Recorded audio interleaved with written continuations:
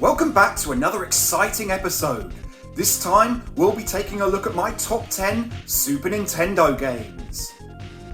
Nintendo's 16-bit console is definitely one of my favourite systems of all time, and features arguably the best library of games ever released for one console.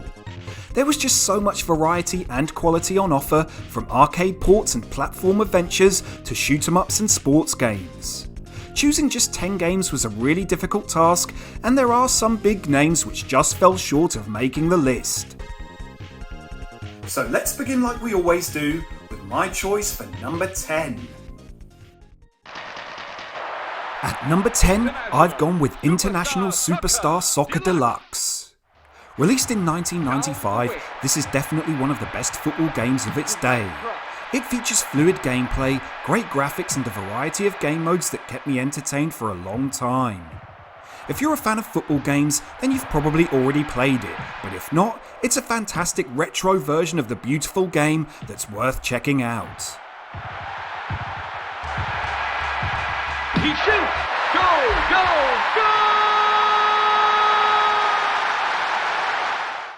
At number 9, I've gone with Super Castlevania 4, a 1991 action platformer that I'd still consider one of the best in the genre. It's got everything you could want in a Castlevania game: great graphics, tight controls, and of course, an awesome soundtrack.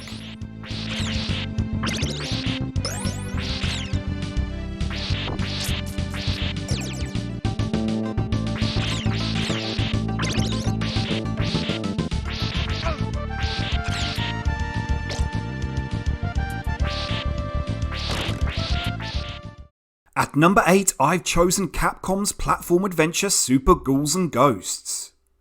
Those familiar with the series will know that the games can be an absolute nightmare, but it's incredibly rewarding when you finally reach a checkpoint or clear a stage.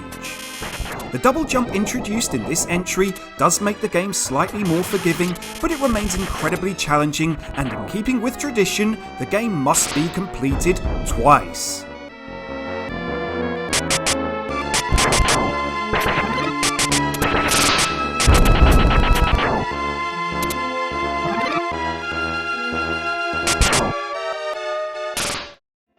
I've chosen Super Mario Kart at number 7, and out of all the games in this series, it's the one I always go back to play the most.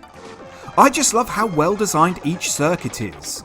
There is something so memorable about each location and course that I can go back and remember exactly where to make each turn. The battle mode was a fantastic extra feature, and it provided hours of entertainment and a few arguments.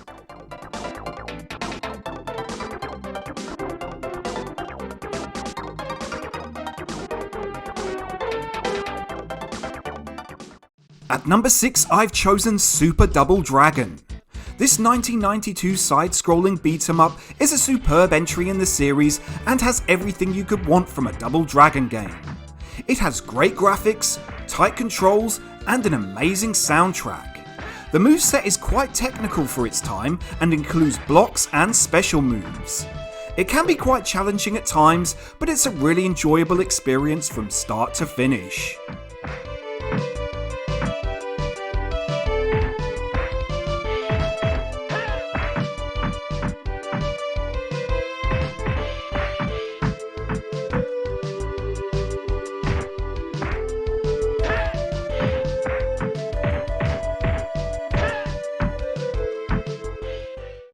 At number 5, I've gone with Turtles in Time, which is a fantastic port of the Konami arcade game. The SNES had some great scrolling beat-em-ups, and this is definitely one of the best. The graphics and sound are superb, there is some great variety in the stages, and the SNES version even saw the return of Bebop and Rocksteady.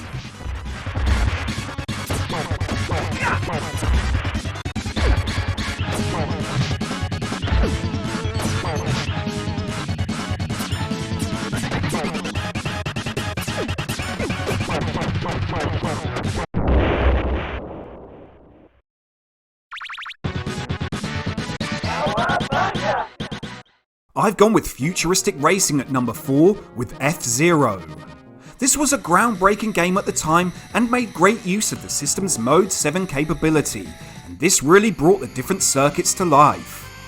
The variety in vehicles and the various competitions always had me coming back for more, and I spent hours trying to master the Mute City 1 track and beat my best time.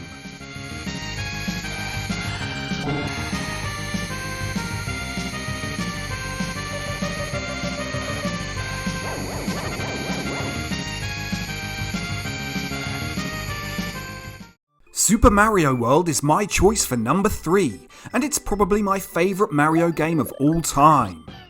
At the time of release, the graphics were very impressive and the soundtrack is easily one of the most memorable in gaming. The stage design is masterful, and exploring the vast map and discovering all of the hidden stages was an unforgettable experience.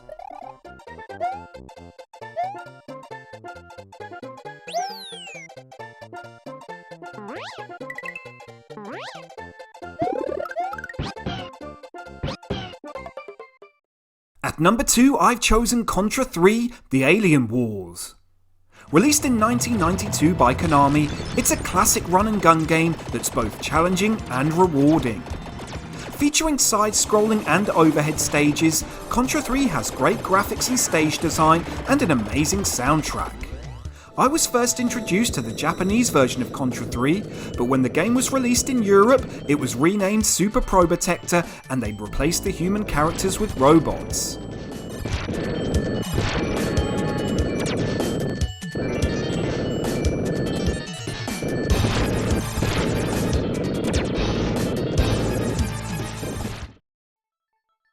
Street Fighter 2 Turbo is my choice for number 1, and I've probably put more hours into this game than any other in my life.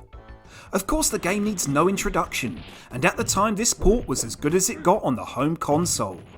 In the latter part of the 90s, more accurate ports of Street Fighter 2 Turbo began to be released, making the SNES version obsolete in many ways.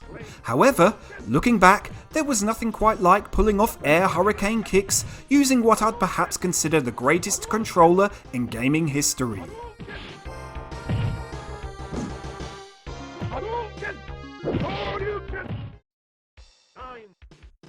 I hope you enjoyed this episode. Let me know your thoughts in the comments section below and subscribe to the channel for more retro gaming content.